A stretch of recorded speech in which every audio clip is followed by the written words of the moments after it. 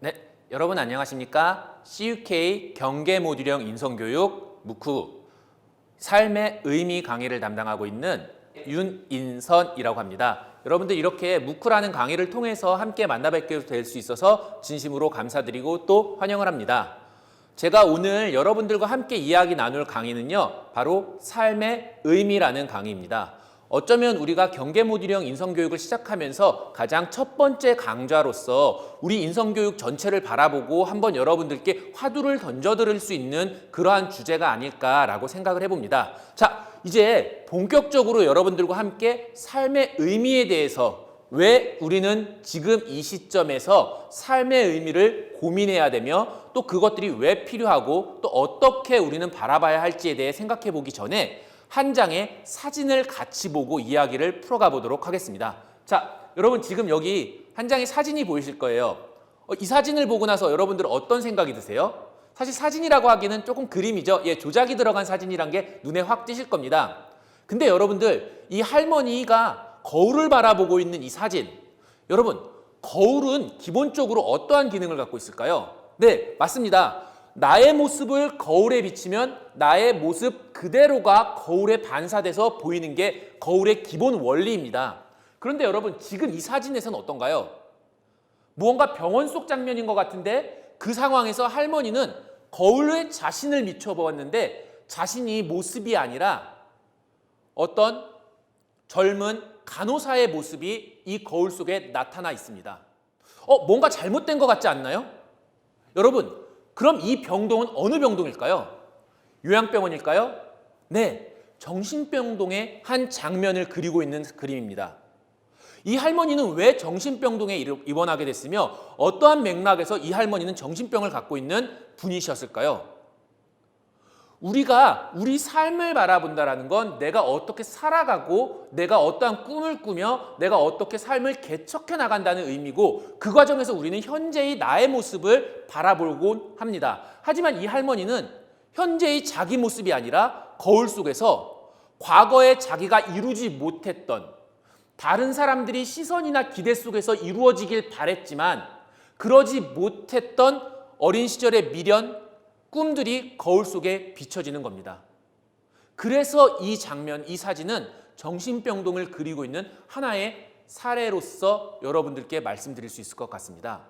다시 말씀드리자면 우리는 어쩌면 하루하루의 삶 속에서 내가 지금 이루고자 하는 바, 꿈꾸는 바를 위해 열심히 살아갑니다. 비록 그 삶이 많이 힘들고 어려울지라도 그런데 그 삶을 마주하거나 그곳에서 의미를 찾는 것이 아니라 계속 회피하거나 미련으로 남게 된다면 마치 이 할머니의 모습처럼 어느 순간에 자기 자신이 보이는 것이 아니라 자기 마음에 있는 미련, 트라우마 혹은 남들의 시선들이 눈에 보이게 될 것 같습니다. 이러한 삶 어떨까요, 여러분? 어쩌면 무척이나 힘들고 어려운 삶이라고도 생각해 볼 수 있을 것 같습니다.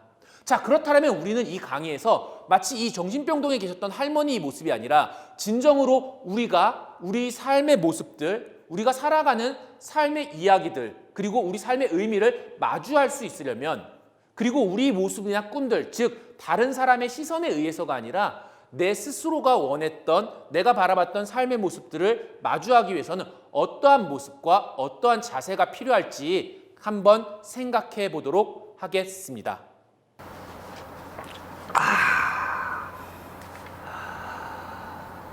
합격했다고 축하하네. 아직 멀었어요. PT 면접도 통과해야 되고 3천자 에세이에 임원 면접까지. 지금부터 예상 답안 빡세게 만들어야겠어요. 예상 답안이라. 자네는 꿈이 뭔가? 꿈이요? 아시다시피 대기업에 취직해서 계획 말고 꿈 말이야. 어렸을 때 어른들이 그런 질문을 하지. 넌 이 다음에 커서 뭐가 되고 싶냐? 아하, 이제 이해가 되네요. 근데 꿈이 밥을 먹여주진 않잖아요.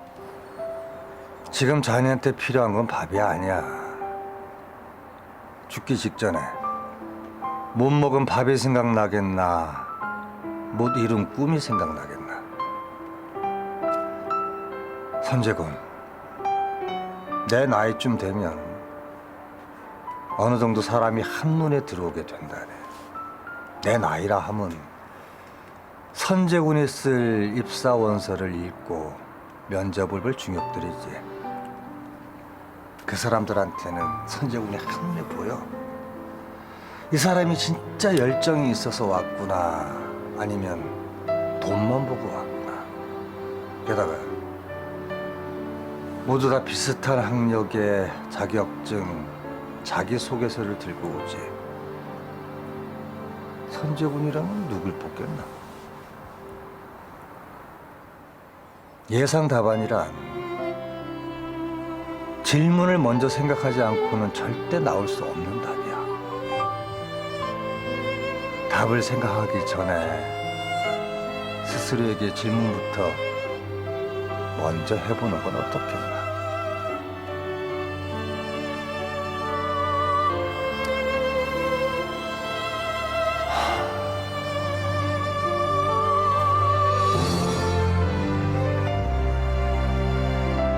네, 여러분 지금 우리 한 편의 영상, 짧은 영상을 하나 같이 보셨습니다. 혹시 여러분들 무한동력이라는 애니메이션 그리고 그걸 극화한 영상이었는데요. 어떻게 재밌게 보셨는지 모르겠습니다. 이 영상을 보고 여러분들은 어떤 생각이 드셨나요? 이 영상의 주인공, 취업을 준비하고 있는 우리 청년들의 모습이죠. 하지만 취업이 잘 되지 않고 고민이 많은 친구 같습니다. 그리고 그 친구가 들어갔던 정말 괴짜 하숙집, 무한동력이라는 정말 말도 안 되는 꿈을 꾸지만 그 꿈을 꾸면서 계속 그걸 위해 노력하고 있는 괴짜 하숙집 아저씨와의 대화. 여기서 아저씨는 이렇게 얘기합니다. 자네 죽기 직전에 못 이룬 꿈이 생각나겠나? 못 먹은 밥이 생각나겠나? 여러분들은 어떠실 것 같습니까? 여러분들이 삶을 마감하는 그 순간에서 여러분들이 못 이룬 꿈, 여러분들이 진정으로 원했던 그러한 꿈이 생각나실까요? 아니면 누군가가 이것이야 해야 된다라고 했던 의무나 강요들이 생각날까요? 한번 우리는 이 영상을 통해서 그 지점에 대해 스스로 질문을 던져보면서 여러분들께 지금과 이런 질문을 드려보고 싶습니다. 우리는 왜 우리 자신의 모습을 마주하며 삶의 의미에 대해서 고민해야 할까요? 그리고 그 과정에서 가장 중요한 기본적인 태도나 자세는 무엇일까요? 여러분, 한번 우리 일상을 잠깐 살펴보겠습니다. 저의 얘기를 잠깐 드릴게요. 저도 고등학교를 나왔습니다. 당연히 고등학교 나왔겠죠? 예, 대학도 나오고 학교를 나왔을 겁니다. 근데 고등학교 시절을 생각해 보면은 되게 재밌었던 기억들보다 저는 되게 쳇바퀴처럼 굴러갔던 기억들만 떠올랐던 것 같습니다. 아침 6시에 일어나서 7시까지 등교하고 11시까지 야간 자율학습하고 11시에 다시 기숙사에 들어와서 2시까지 자습하고 잠들고 그렇게 계속 끊임없이 쳇바퀴처럼 굴러갔습니다. 그러다가 어느 순간에 이런 생각이 들었습니다. 내가 왜 지금 이런 공부를 하고 있는 거지? 아, 오케이, 좋아. 대학을 가기 위해서였어. 그래, 나는 대학을 왜 가는 거였지? 순간적으로 이런 고민이 들었습니다. 그러다가 문득 제 스스로에게 이렇게 답을 내렸습니다. 난 대학을 가서 변호사가 되고 싶었던 거야. 예, 맞습니다. 저는 고등학교 때까지 변호사를 꿈꿨었고 변호사가 정말 되고 싶었었습니다. 그런데 그렇게 해서 고등학교를 마치고 대학에 갔습니다. 당연히 저는 법대를 가지 못했고요. 당연히는 아니겠죠. 법대를 가지 못했습니다. 그럼 제 삶은 완전히 망가지고 의미 없었던 삶이었을까요? 그러다가 문득 대학에 1학년에 입학해서 여러 책들을 보다가 문득 이런 생각이 들었습니다. 나는 고등학교 때 변호사가 되겠다고 그리고 대학에 오겠다고 그렇게 열심히 공부를 했는데 진짜 내가 생각했던 꿈이 변호사였을까? 그러면서 문득 제가 제 책꽂이를 바라봤는데 정말 제가 좋아했던 건 법이 아니라 영화였다라는 사실을 문득 깨닫게 됐습니다. 그렇다면 저는 왜 그런 모습을 띠게 됐던 것일까요? 어찌 보면 저에 대한 반성일 수도 있는데 저희 부모님들께서 계속 변호사가 되는 것이 좋다. 그리고 너는 커서 변호사가 되어야 한다라는 이야기를 너무나도 자연스럽게 들었고 그것들에 대해서 왜 그래야 하는지에 대한 생각이나 고민을 하지 않았던 것 같습니다. 어쩌면 고민하거나 생각할 시간조차 저에게는 허락되지 않았던 것 같습니다. 근데 이게 저는 비단 저만의 모습인 것 같지는 않습니다. 우리도 주변을 한번 살펴보면 아침에 일어나서 학교에 가고 학원에 가고 또다시 경쟁을 하고 다시 하루를 잠들고 그렇게 무한 쳇바퀴를 살다가 문득 내가 왜 이런 삶을 살고 있지라고 하면 누군가가 날 그려준 나의 삶의 모습에 대해 떠올리고 그렇게 계속 그 삶의 모습을 찾아가다가 실패했을 경우 나는 어떠한 사람이 되었을까 하면 좌절에 빠지고 이러한 반복적인 카테고리 속에서 우리는 하루하루를 살아가고 있었던 것도 같습니다. 여러분, 막스 베버라는 사회학자가 있습니다. 막스 베버라는 사회학자는 그의 주 저서였던 프로테스탄티즘 윤리와 자본주의 정신이라는 책에서 프로테스탄티즘 윤리, 즉 청교도 윤리가 자본주의를 가능하게 했다라고 말을 합니다. 여러분, 얼핏 생각할 때 이 둘이 잘 어울리지 않는 것 같지 않으세요? 청교도 윤리, 청빈과 금검절약을 강조했는데 자본주의 정신, 뭔가 경쟁과 이윤, 최대의 효율성을 강조하는 논리. 이 둘이 어떻게 연결될 수 있었을까요? 막스 베버는 그 지점에 대해서 이렇게 얘기합니다.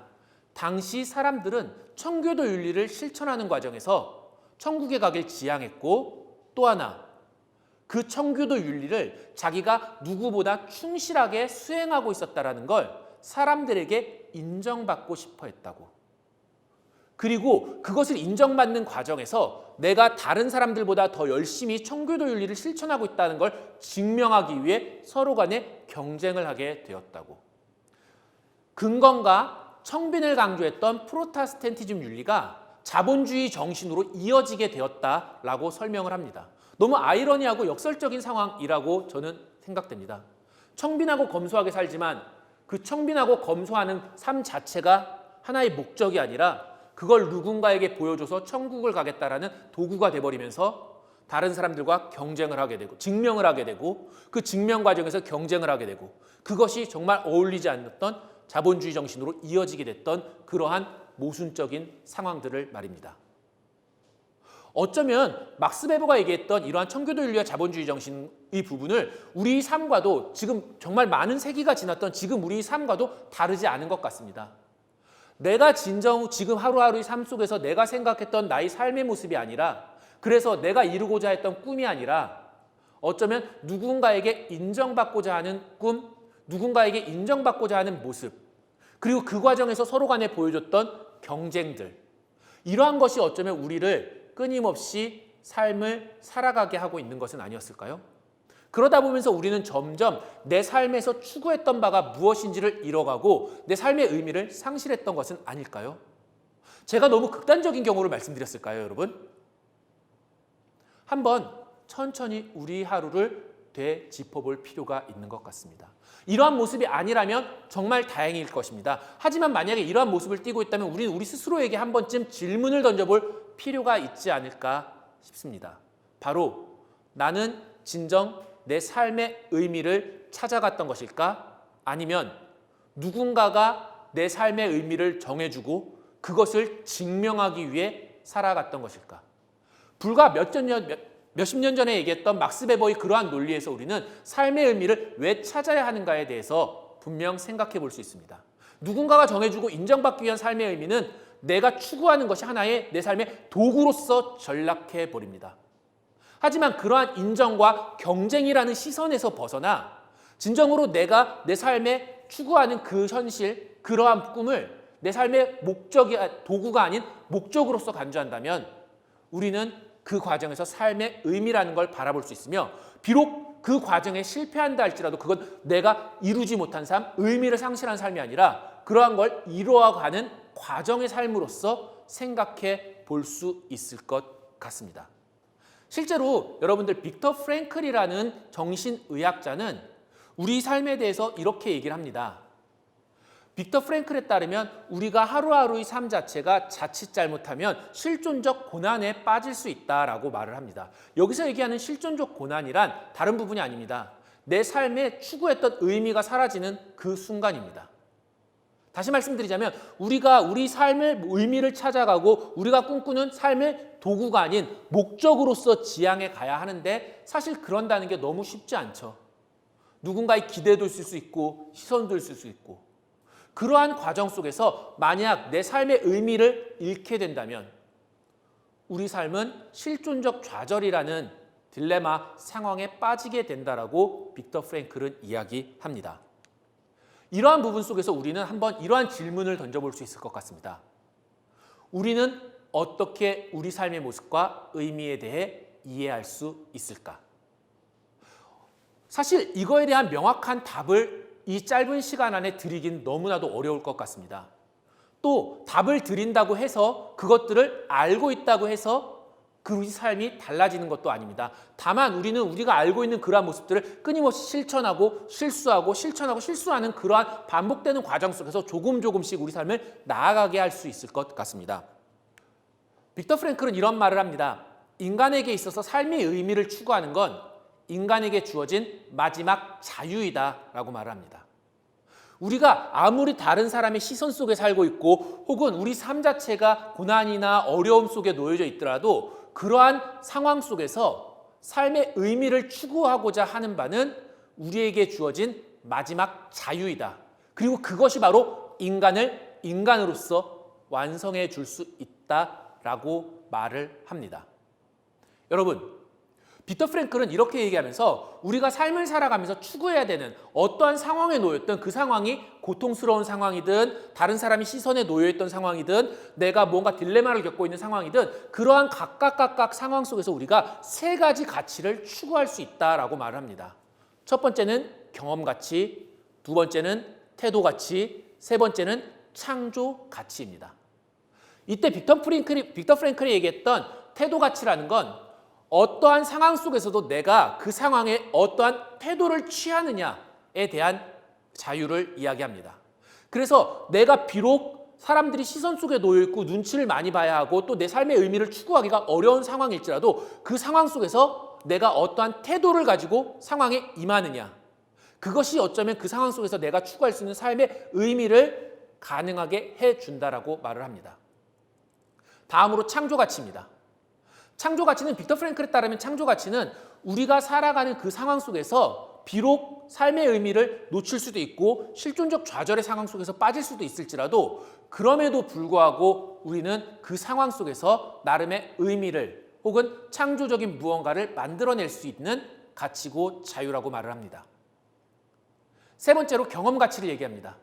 빅터 프랭클이 얘기했던 경험 가치에 따르면 우리가 삶을 살아가는 과정 속에서 다양한 사람들을 만나고 다양한 사람들과 대화를 나누고 삶을 함께 꾸려갑니다. 그 과정 속에서 우리는 삶의 의미를 찾아볼 수 있다라고 말을 합니다. 다시 말씀드리면 빅터 프랭클은 삶의 의미를 추구하기 위해서 우리는 태도, 경험, 창조 가치라는 세 가지 관점을 취하기를 우리에게 이야기합니다. 그래서 우리가 삶을 살아가는 순간 속에서 다양한 사람들과의 만남을 통해서 그 만남이 주는 의미를, 그리고 어떠한 상황 속에서 내가 어떠한 자세를 취하고 그 상황을 어떠한 태도로서 바라보는가를, 결론적으로 그러한 만남과 태도를 통해서 내가 어떠한 삶의 의미나 가치를 추구할 것이다라는 어떤 창조적인 행위를 취한다면 우리가 분명 실존적 좌절이 아닌 어떠한 상황, 삶의 상황 속에서도 삶의 의미를 추구할 수 있을 것이다 라고 이야기를 합니다. 어쩌면 조금 어려운 이야기일 수도 있습니다. 하지만 이 빅터 프랭클이 얘기했던 부분은 빅터 프랭클이 아우슈비츠라는 어떤 인간이 정말로 절망적이고 좌절적인 상황 속에서 살아남은 경험을 바탕으로 이야기하고 있는 부분입니다.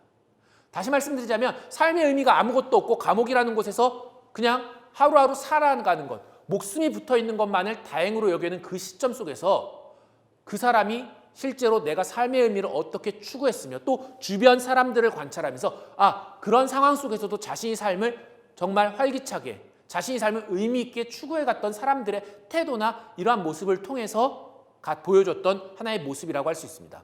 이러한 빅터 프랭클의 어떤 관점은 죽음이 수용소라는 책에서 자세하게 설명이 되어 있습니다. 그래서 이 강의를 마치고 여러분들과 잠깐 죽음이 수용소라는 책을 같이 살펴보려고 합니다. 여러분 안녕하십니까? 윤인선이라고 합니다. 우리 강의를 시작하기 전에 한번 여러분들이 일상을 돌아보도록 하겠습니다. 여러분들의 하루는 어떠셨나요? 아침에 일어나서 학교에 가고 다시 집에 오고 잠에 드는 그 순간까지 여러분들이 하루는 얼마만큼 행복했으며 얼마만큼 의미 있는 하루로 지어가셨나요? 한번 우리 청년 여러분들이 하루를 되돌아보기 위해 짧은 뉴스를 보고 이야기를 조금 더 나눠보도록 하겠습니다. 잠깐 뉴스를 보시겠습니다. 대학 입시와 취업 등 극심한 경쟁에 시달리고 있는 20대 초반 젊은 층에서 우울증 환자가 급증하고 있습니다. 그런데 취업에 불이익을 받을까 봐 우울증을 숨기는 사례도 많은 것으로 나타났습니다. 이양현 기자가 보도합니다. 마음의 감기라고도 불리는 우울증은 스트레스에 시달리는 현대인이라면 누구나 한 번쯤 겪게 되는 질환입니다. 감기처럼 가볍게 치부되지만 심할 경우 자살과 같은 극단적인 선택을 하는 경우도 많아 결코 소홀히 다뤄서는 안 될 질환입니다. 문제는 최근 들어 초기 청년층이라 할 수 있는 20대 초반 젊은 층에서 우울증이 크게 늘고 있다는 것입니다. 만 20세에서 24세 청년층 가운데 우울증 치료를 받은 인원은 2011년 2만 2,200여 명에서 2015년에는 2만 7,600여 명으로 전체 평균 증가율 12.4%의 2배에 달하는 24% 이상 늘었습니다. 청년층에서 우울증이 급증하고 있는 것은 대학 입시와 청년 실업난 등으로 인한 스트레스 때문인 것으로 분석됐습니다. 전문가들은 20대 초반이 성인이 됐는데도 제자리를 찾지 못한다는 기분이 드는 인생에서 정신질환에 가장 취약한 연령층이라고 말합니다. 특히 20대 초반의 가파른 우울증 증가는 청년들이 사회에 보내는 전환 신호라고 지적하고 가족들의 적극적인 관심이 필요하다고 주문했습니다. 전문가들은 20대 때는 취업에 불이익을 당할까 봐 우울증을 겪어도 병원을 찾지 않는 경우가 많은데 청년층은 치료 경과가 좋은 만큼 조기 치료를 적극 권장했습니다. YTN 이양현입니다. 네, 여러분. 이 뉴스의 짧은 부분이었지만 이 부분에서 여러분들이 얼마만큼 공감이 되셨나요? 통계청에 따르면 2016년도 우리나라는 10만 명당 25.6명의 자살률을 보여서 OECD 국가 중 1위를 차지했다고 합니다. 하지만 이러한 통계보다 우리가 더 주목해 봐야 되는 부분은 바로 20대 청년층, 즉 여러분들 친구들과 같은 분들이 자살하게 되는 경우입니다. 이 경우에 가장 많은 자살의 원인은 바로 우울증이라고 얘기합니다. 2012년도만 봐도 20대의 자살은 이전 연도보다 22%나 늘었다고 얘기합니다. 이러한 극단적인 삶을 포기하는 자살, 왜 나타나게 되는 걸까요? 많은 전문가들은 20대 여러분들이 자살에 대해서 학업이나 취업에 따른 스트레스, 그리고 그러한 스트레스로 인한 우울감을 원인으로 지목한다고 이야기합니다. 특히나 끊임없는 학업, 취업에 대한 불안감, 우울감으로 인한 좌절의 경험은 우리 삶을 점점 더 힘들게 만들어가고 있는 것 같습니다.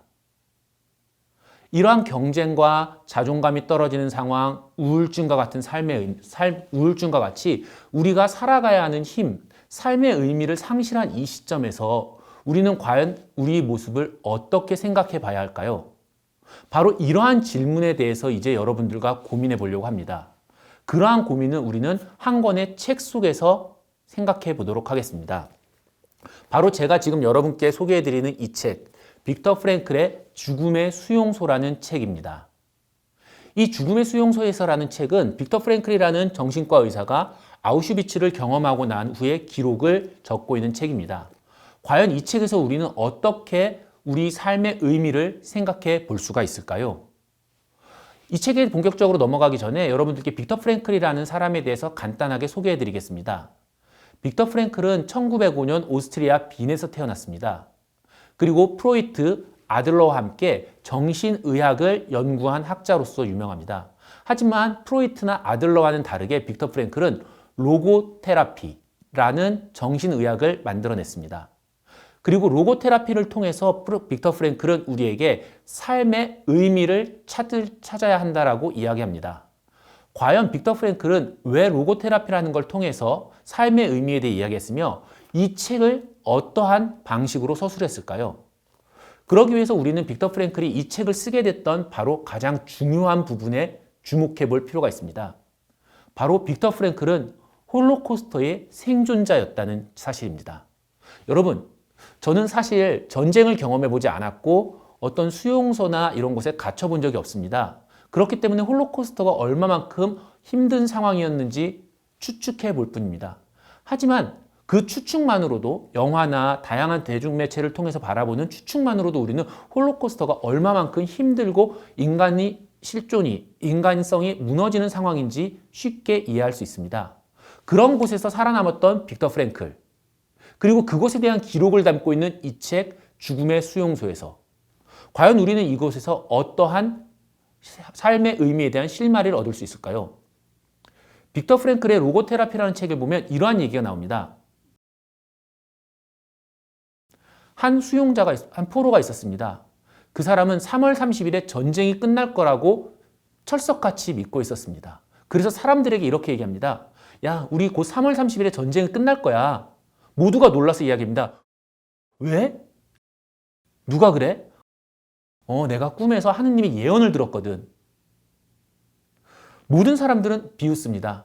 하지만 그 사람은 전쟁이 끝날 것이라는 기대를 저버리지 않고 끝까지 살아갑니다. 하지만 애석하게도 그 사람은 3월 30일에 전쟁이 끝난다고 믿었던 그는 3월 29일이 되자 시름시름 앓기 시작하고 30일에는 의식을 잃고 31일에는 사망에 이르고 맙니다. 그 수용자의 사인은 발진티푸스였습니다. 직접적인 사인은 그거였지만 하지만 우리는 이 사례를 통해서 전쟁이 끝날 것이라고 믿었던 희망, 그 기대가 바로 상실되었던 순간에 사람의 죽음에 이르게 됐다는 모습을 발견할 수가 있었습니다. 바로 이 사건을 목격한 빅터 프랭클은 그때부터 결심을 합니다. 희망, 삶의 의미가 사라진 삶인 얼마만큼 우리를 힘들게 하고 죽음으로 이르게 될 수 있을까? 그렇다면 바로 나는 이러한 과정에서 사람들이 우리 인간의 의미, 삶의 의미에 대해 연구하고 그걸 통해서 사람들이 삶을 살아가게 해보자 라고 이야기하면서 바로 이 책, 죽음의 수용소에서라는 책을 집필하고 로고테라피라는 정신의학을 만들기 시작합니다. 실제로 빅터 프랭클은 이러한 임상적인 결과를 생각합니다. 1944년 성탄절부터 45년 새해까지 일주일간의 사망자들이 엄청나게 증가했다라고 이야기를 합니다. 단지 전염병 때문에 그랬던 것이 아니라 성탄절에는 집에 갈 수 있을 거라는 막연한 희망을 품고 있었던 수용자들이 그러지 못했다라는 참담한 현실을 직면하면서 희망이 상실, 절망, 그러한 것이 결국 신체의 저항력을 일거에 무너뜨렸던 상황으로까지 이어지게 돼버렸던 것입니다. 이러한 상황을 목격한 빅터 프랭클은 궁극적으로 왜 살아야 되는지 아는 사람은 그 어떤 상황에서도 버틸 수 있고 그걸 놓치거나 무너져 버리면 인간으로서의 존재 가치가 잃어버린다는 사실을 깨닫게 됩니다. 바로 홀로코스트라는 세계 2차 대전이 어떤 힘든 상황 속에서 이러한 깨달음을 얻은 빅터 프랭클은 수용소에서 풀려나서 자신이 경험을 바탕으로 이 책을 서술합니다. 그래서 이 책을 여러분들께 설명드릴 때 이 책의 앞부분은 빅터 프랭클가 경험했던 수필룰, 그리고 이 책의 뒷부분에는 그걸 바탕으로 해서 로고테라피, 즉 의미 치료라고 할 수 있는 로고테라피에 대한 이론적 접근을 담고 있는 책입니다. 어쩌면 우리가 경험하는 인간이 경험할 수 있는 가장 극단적인 고통 속에서 삶의 의미에 대해 고민했던 정신과 의사였던 빅터 프랭클가 썼던 이 책에서 우리는 앞서 영상에서 살펴봤던 삶의 의미에 대해서 다시 한번 생각해 볼 수 있을 것 같습니다. 한번 그럼 본격적으로 이 책의 내용으로서 여러분들께 같이 한번 이야기를 나눠보려고 합니다. 저는 이 책에 대해서 2가지 에피소드를 여러분께 설명드리려고 합니다. 첫 번째 에피소드입니다. 빅터 프랭클은 인간의 삶의 의미를 찾으려는 인간의 모습을 인간의 가장 본질적인 본능이라고 얘기하면서 수용소에서 다양한 모습 중에 바로 이 장면을 경험합니다. 수용소에서 여러분들 한번 생각해 볼까요? 강제 수용소의 막사에서 나도 당장 빵을 먹지 못하고 배가 고픈 이 상황에서 갑자기 옆에 더 힘든 사람에게 빵을 나눠주는 사람들을 목격합니다. 그러면서 자기는 굶지만 그 사람들을 위해 삶을 살아가는 사람들을 발견해냅니다. 단순히 빅터 프랭클은 여기서 누군가를 도와주었다라는 것이 아니라 삶의 의미에 대해서 고민을 합니다. 바로 우리는 매 순간, 매 시간 결정을 해야 된다는 것. 그리고 아무리 어려운 순간에도 바로 이러한 나의 결정은 가장 인간의 본질적인 자유라는 것. 그래서 아무리 어려운 순간, 절망의 순간 속에서도 인간은 정신적 자유, 즉 내가 선택할 수 있다라는 정신적 자유를 지니고 있다라고 말을 합니다. 그러면서 빅터 프랭클은 이렇게 얘기합니다. 인간의 그러한 정신적 자유는 바로 내가 세상에서 한 가지 두려워하는 것이 있다면 그것은 내 고통이 가치 없는 것이 될 수 있다라는 불안감이다. 라고 말을 하면서 나의 정신적 자유와 선택은 나의 고통이 가치 없는 것이 아니라 가치 있는 행위로서 사람들에게 기억되어지기 위해 행동되어지고 선택되어지는 것이다. 라고 말을 합니다.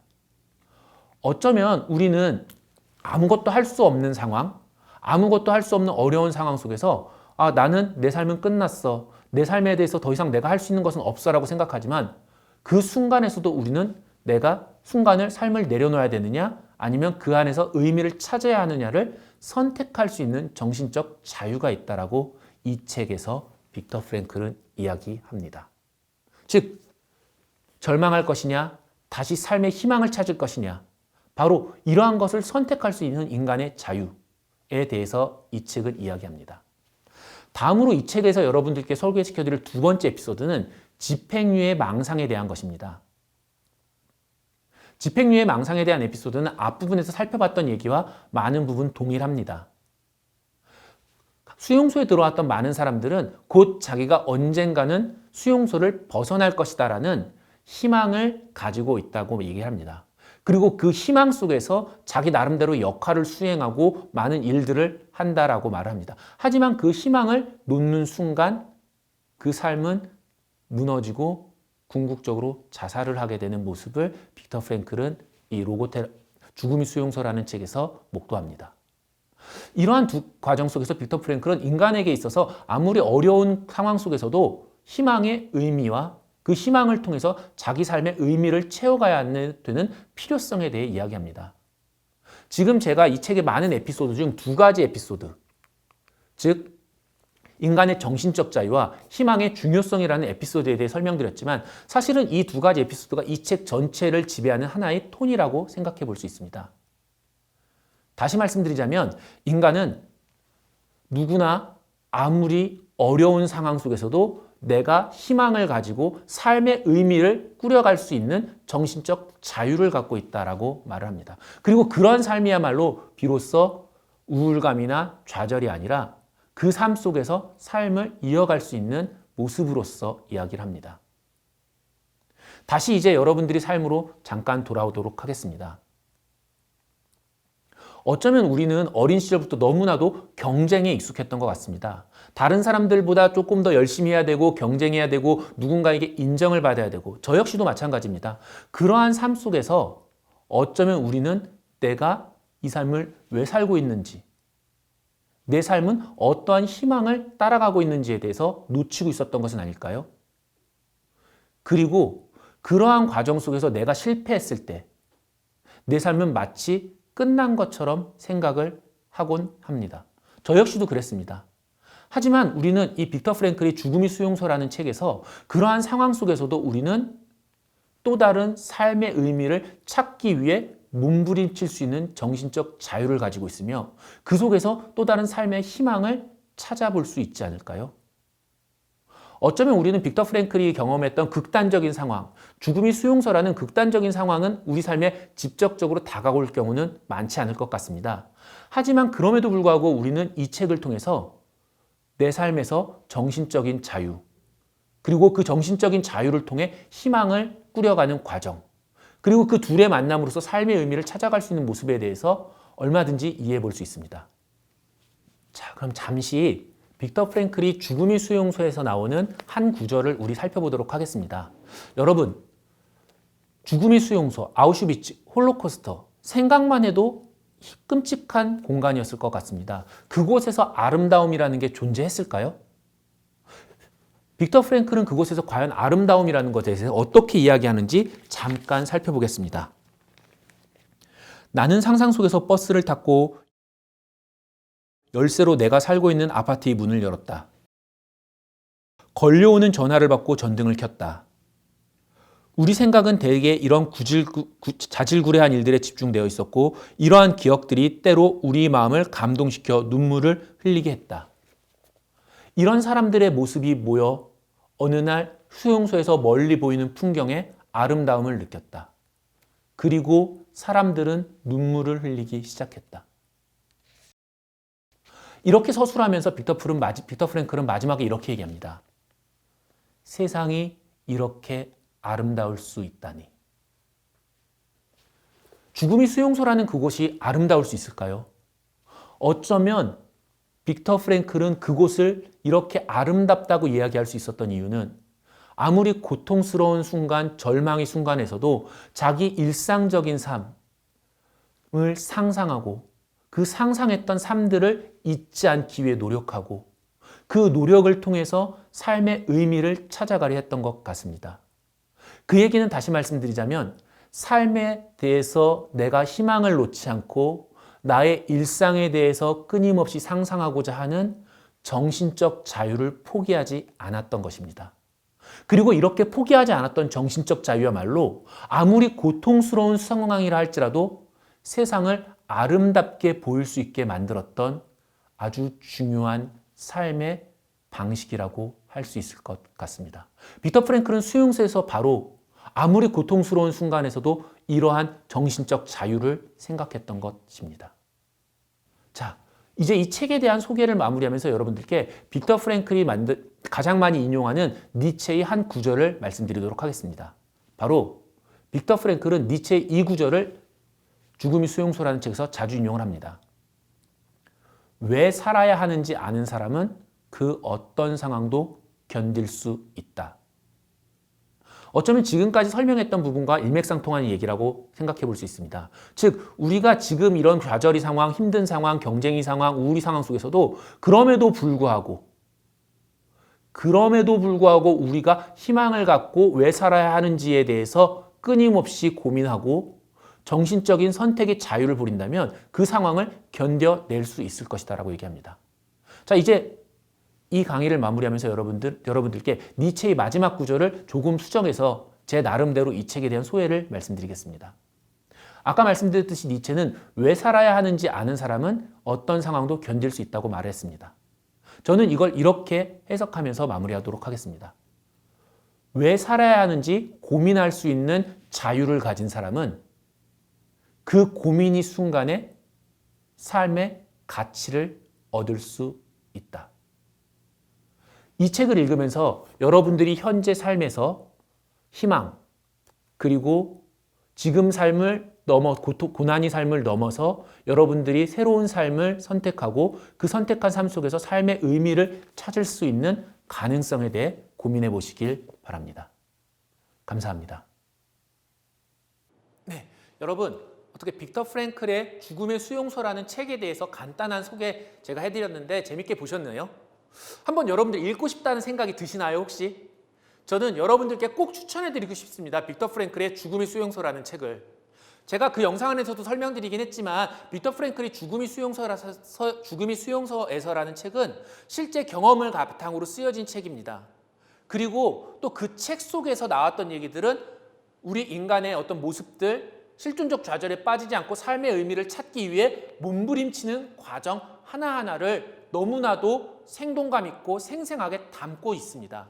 그래서 제가 아까 말씀드렸던 태도가치, 경험가치, 창조가치 뿐만 아니라 다른 사람의 시선에 의해서 나의 삶의 의미나 목적이 뺏긴 것이 아니라 그리고 그런 걸 넘어서 궁극적으로 내 삶의 의미를 내가 스스로 세워갈 수 있는 과정을 너무나도 명확하게 보여주는 책이라고 생각이 듭니다. 그래서 앞부분에 말씀드렸던 막스 베버가 얘기했던 어떤 우리 다른 사람들에게 인정받기 위해 경쟁하는 우리의 모습들, 그 과정에서 내 삶이 하나의 목적이 아니라 도구화 되는 모습들을 어떻게 벗어나기 위해 노력해봐야 하는가와 동시에 내 삶의 의미, 아무리 어려운 상황 속에서도 내 삶의 의미를 추구하기 위해서 어떠한 가치를 취해야 하는가, 인간에게 주어진 마지막 자유라고 빅터 프랭클이 얘기했던 그러한 가치를 어떻게 추구해야 되는가를 여실하게 보여주는 책이라고 말씀드릴 수 있을 것 같습니다.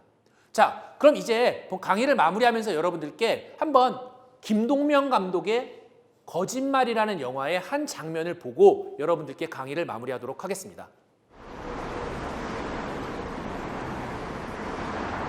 찾으시는 차종이나 원하시는 용도가 있으신가요? 그냥 다 같이 사용하는 레저용. 레저용이라면 이 오디세이를 추천해드리고 있습니다. 저희 오디세이는 스테이크를 5개를 획득해서 포괄 활성을 하고요. 가보시겠어요?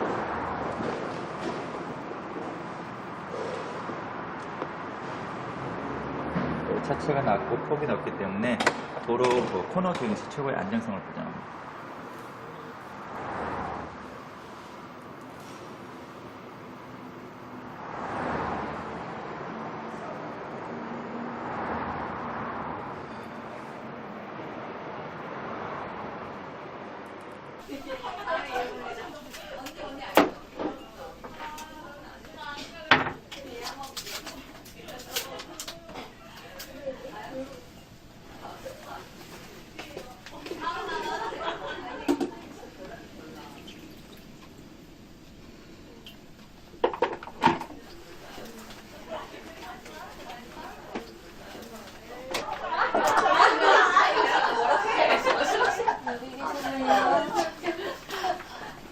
점심시간마다 어디 그렇게 다녀?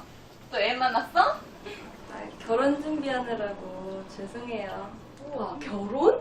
네. 대박. 아까 보셨죠? 뭘? 매장에서. 아, 거기. 뭘 봐? 아, 나 아까 비품 사러 밖에 나갔었는데 아영 씨 외제차 매장에 있더라고. 아까 진짜 있어 보이더라. 아, 제가 뭘? 근데 외제차는 왜? 그냥 뭐. 점심시간 빠듯한데 그냥 보러 다닌다고? 시댁에서 아무것도 해오지 말라 그러는데 그도 얘기가 아니잖아요. 그래서 그냥 지금까지 모은 돈으로 하나 사드리려고요. 어머머, 여드름 짜서 얼마나 모았다고. 근데 신랑 뭐 하는 사람이길래? 사자 들어간 사람인가? 에이, 설마! 아니, 학교 선생님이에요, 중학교. 진짜? 근데 선생님 무슨 외제차야? 그냥 뭐 사립학교고 해서 싼 걸로 할 거예요. 돈 되는 대로. 너 어떻게 본 거야? 네? 어떻게 만났냐고. 아, 그냥 초등학교 선배. 아까 중학교 선생님이라더니? 뭘요? 제 남자친구 중학교 선생님 맞는데. 초등학교 선배로 만났다고. 좀 제대로 좀 들어라. 제가 뭘요? 우린 초등학생도 안 했나 보네. 격 떨어진다는 거야 뭐야? 에이, 선생님. 청첩장 나오면 돌리려고 했죠. 그래, 살림은 어디서 해? 분당이요. 에이 좀 그렇다. 아영씨 어디가 수상해. 뭐가? 그냥 그렇잖아. 나만 그런 거? 자, 여러분, 김동명 감독의 거짓말이라는 영화의 한 장면이었습니다. 어떠세요? 보고 나서? 아마 다양한 반응들이 있을 것 같아요. 저 여자 주인공의 삶을 보고 저 미친 사람 아니야? 아이, 저거 너무 과장 아니야? 에이, 설마 저렇겠어? 와 같은 다양한 모습들이 벌어질 수 있지만 하나 분명한 건 분명 저 안에서 우리는 우리 삶의 모습 하나를 찾아볼 수 있을 것 같습니다. 저 여성의 삶은 영화 안에서도 봤듯이 상당히 어렵고 힘든 삶입니다. 어렵고 힘들다라고 얘기하기 조금 조심스러울 수 있지만 물질적으로 어려운 삶을 살고 그 여성은 분명 그 삶에서 벗어나고 싶고 만족하지 않았던 것 같습니다. 근데 그 여성은 그런 삶 속에서 어떻게 취하죠, 태도를? 네, 남들에게 보여주기 위해 자기 삶을 거짓말로 꾸며가고 있습니다. 그래서 점심시간만 되면 명품차 매장에 가서 차를 타고 있고 누군가가 버리고 간 명품 가방들을 주워들고 혹은 자신이 일하는 직장에서 누군가가 놓고 갔던 명품 립스틱을 훔치고 또 사람들에게는 자기 남자친구나 가족들이 존재에 대해 속이면서 자기 모습을 포장해 갑니다. 이 여성의 삶, 어떠한 의미를 보여주고 있을까요? 어쩌면 이 여성의 삶은 자신의 삶 자체를 하나의 의미로서 추구해 갔던 것이 아니라 누군가에게 보여주기 위한, 마치 쇼윈도에 놓인 자신의 모습처럼 누군가에게 보여주기 위해 자기 삶을 하나의 도구로 만들었던 것은 아닐까요? 그랬을 때 이 여성의 삶, 이 영화를 끝까지 보진 않았지만 여러분들이 궁금하시다면 한번 김동명 감독이 거짓말일 영화를 전체를 다 보셔도 좋을 것 같아요. 어떻게 마무리가 될까요? 정말 행복하고 의미 있는 삶으로 마무리가 될 수 있을까요?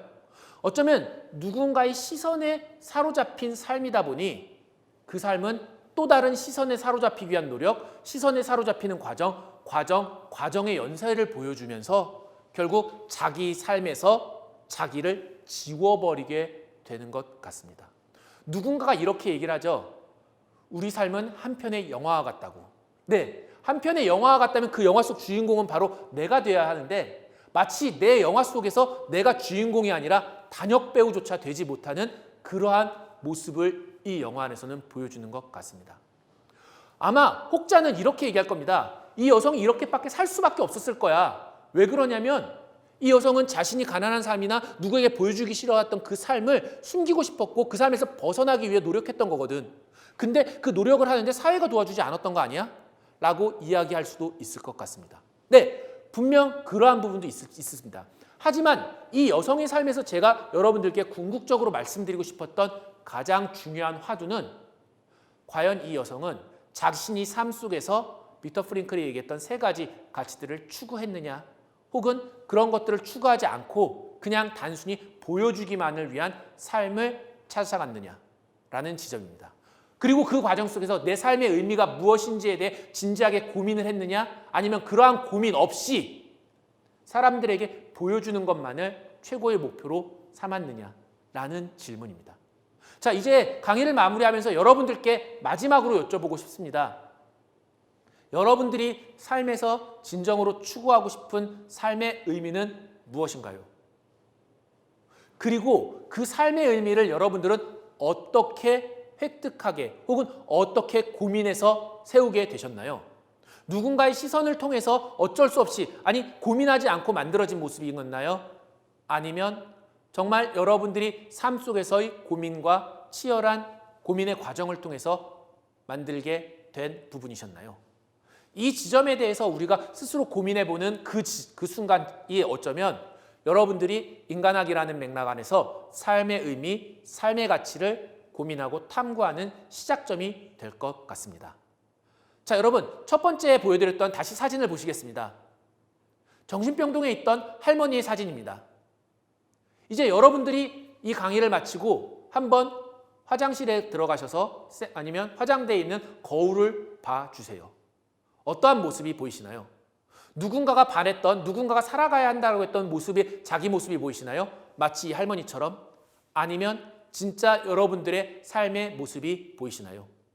여러분들이 진짜 삶의 모습이 보인다면 아마 여러분들은 그 순간부터 하루하루 여러분들의 삶의 의미를 찾기 위해 분투하고 노력하고 계신 것일 것입니다.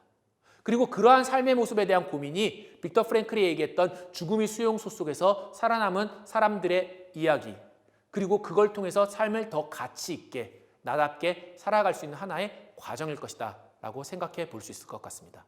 그리고 그러한 여정의 시작을 우리가 이 인간학이라는 전체 강의 안에서 여러분들과 함께 한 걸음 한 걸음 걸어나가 볼 수 있기를 소망합니다. 이것으로 제 강의를 마치도록 하겠습니다. 여러분 수고 많이 하셨습니다. 감사합니다.